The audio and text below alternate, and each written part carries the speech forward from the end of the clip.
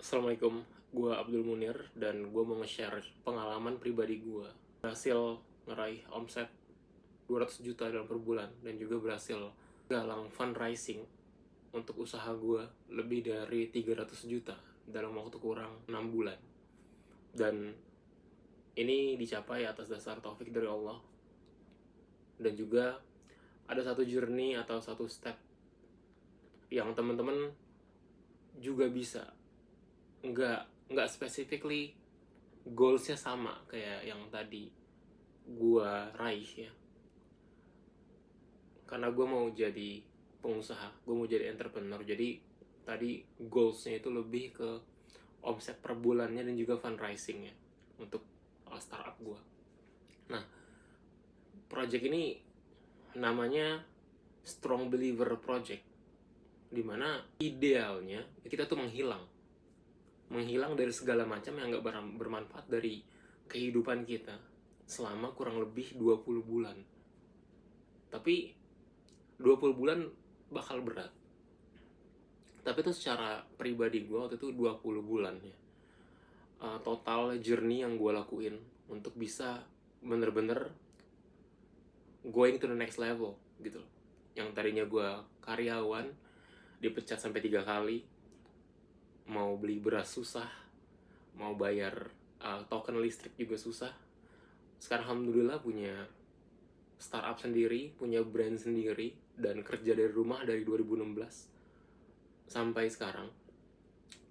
Itu gue ngelewatin 20 bulan perjalanan ini, dan gue mau ngebikin perjalanan ini ya ke teman-teman supaya teman-teman tuh bisa nggak nyamain juga sih, tapi lebih ke teman-teman bisa experiencing apa yang gue rasain, dan harapannya itu bisa berimpact juga buat lo gitu loh. Nama projectnya Strong Believer Project ya. Ada beberapa step by step yang gue lakuin waktu itu ketika gue berada di rock bottom ya, dimana gue dipecat dari perusahaan dimana keluarga gue yang harus gue nafkahi lagi sakit, dan di situ beneran bingung mau kemana gitu. Dan a journey ini atas taufik dari Allah, gue bisa menemukan gitu a journey ini ya. Yang pertama, turn yourself into tolabul ilm mode for 6 months ya. Jadi lu ngerubah diri lu menjadi penuntut ilmu selama 6 bulan.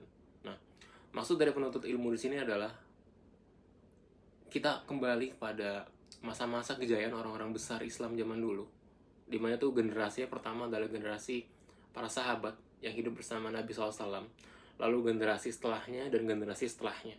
Nah, itu yang dimaksud dengan tulabul ilm, dimana di fase ini lu bener-bener menghilang dari segala macam hal yang membuat lu tuh terdistrak. Bisa itu medsos, bisa itu seseorang, bisa itu bad habits dan lain sebagainya. Lu menghilang. Di sini menghilang bukan lu bunuh diri ya, tapi lu menghilang dan ngelakuin mode ini gitu. Tolabul ilm mode for 6 months. Isinya akan ada beberapa yang bakal gue pecahin di sini untuk teman-teman nanti bisa ngelakuin ya.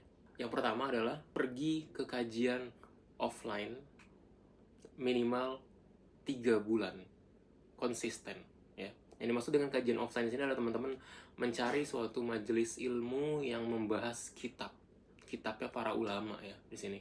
Bisa apa aja, bisa halal haram, bisa tentang adab, bisa tentang yang basic-basic ya, tentang ibadah, sholat, wudhu dan lain sebagainya. Teman-teman cari majelis itu, duduk di sana ya. Seminggu sekali it's okay, seminggu 2 kali it's okay, jangan terlalu banyak. Konsisten selama 3 bulan di situ. Teman-teman bawa catatan di sana, duduk paling dekat dengan guru, dengan para ustadz di situ, dan teman-teman catat ya dengan media apapun, bisa buku, bisa iPad dan lain sebagainya. Teman-teman catat selama 3 bulan teman-teman konsisten untuk menghadiri kajian offline. Lalu ketika teman-teman sudah dapat habit nih selama 3 bulan itu duduk di majelis ilmu kajian offline, ingat ya kajian offline ya, bukan online. Itu teman-teman mulai pilih 10 hari ya, teman-teman tuh contemplating di masjid ya, 10 hari aja gitu loh. 10 hari teman-teman nginep di masjid. Ngelakuin apa? Ngelakuin hal yang bermanfaat di sana. Ibadah ya. Bantu orang-orang masjid dan lain sebagainya. Intinya ibadah, baca buku ya, ngelakuin project yang halal dalam masjid, dan ibadah di sana dengan tepat waktu ya. Kalau waktu itu gue ngambil momen ini di saat Ramadan, di saat 10 hari terakhir, dimana 10 hari terakhir itu kan ada itikaf ya. Situ gue pergi ke Masjid Nurul Iman Blok M Square. Di situ gue contemplating itikaf, mencari petunjuk ya, meminta Allah bahwa hidup gue begini, tolong gue, buat gue jadi lebih baik. Dan itu ngerubah semuanya teman-teman. Ketika teman-teman jujur ya, datang contemplating 10 hari di masjid, nginep di sana, banyak banget yang teman-teman bisa pelajari. Salah satunya adalah kita ini lemah gitu loh. Ketika gue itikaf di masjid itu bener-bener nggak ada tempat tidur ya, nggak ada kasur gitu. Gue tidur bener-bener di selasar masjid, dimana gue ngerasain bagaimana orang-orang yang nggak punya rumah itu tidur seperti itu gitu loh. Walaupun memang disediakan karpet di dalam masjid dan itu enak, tapi gue lebih memilih di selasar masjid, di lantai, berbalutkan jaket gue aja. Dan itu ngebuat ngeruntuhin ego gue gitu loh. Ngeruntuhin kesombongan gue. Dan ketika kita runtuh egonya, itu ibaratkan gelas tuh udah kosong, dan itu bisa diisi dengan segala macam kebaikan dan ilmu. Dan ini penting banget momen di sini. Dan juga ketika kita bercontemplating di masjid ya, 10 hari full, itu bakal banyak banget kajian-kajian yang datang dari para guru-guru kita, para ustadz kita, dimana kita bakal banyak belajar di sana dan lain sebagainya. Dan gue pernah waktu itu pas hari ke-7 ya, hari ke-7 atau hari ke-8, uang gue udah habis dan gue bingung waktu itu mau beli makanan apa. Dan akhirnya gue jual sepatu gue waktu itu.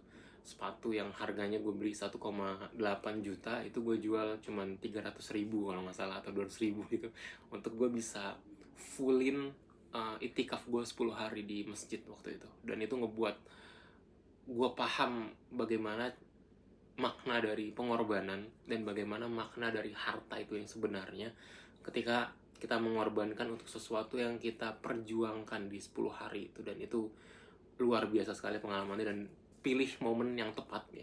Gue nggak harus bilang lo harus pilih 10 hari terakhir di bulan Ramadan, karena masing-masing punya kesibukannya masing-masing. Dan gue yakin lu bisa pilih hari yang dimana lu kalau misalnya kerja, lu ambil cuti 10 hari, lu contemplating itikaf di masjid 10 hari di sana, secara jujur sama diri lu sendiri, lu nyari apa, jujur sama diri sendiri, lu paling nggak mau jadi apa, dan lu berdoa di sana, contemplating, berduaan sama pencipta kita, dan lihat efeknya nanti ke depannya.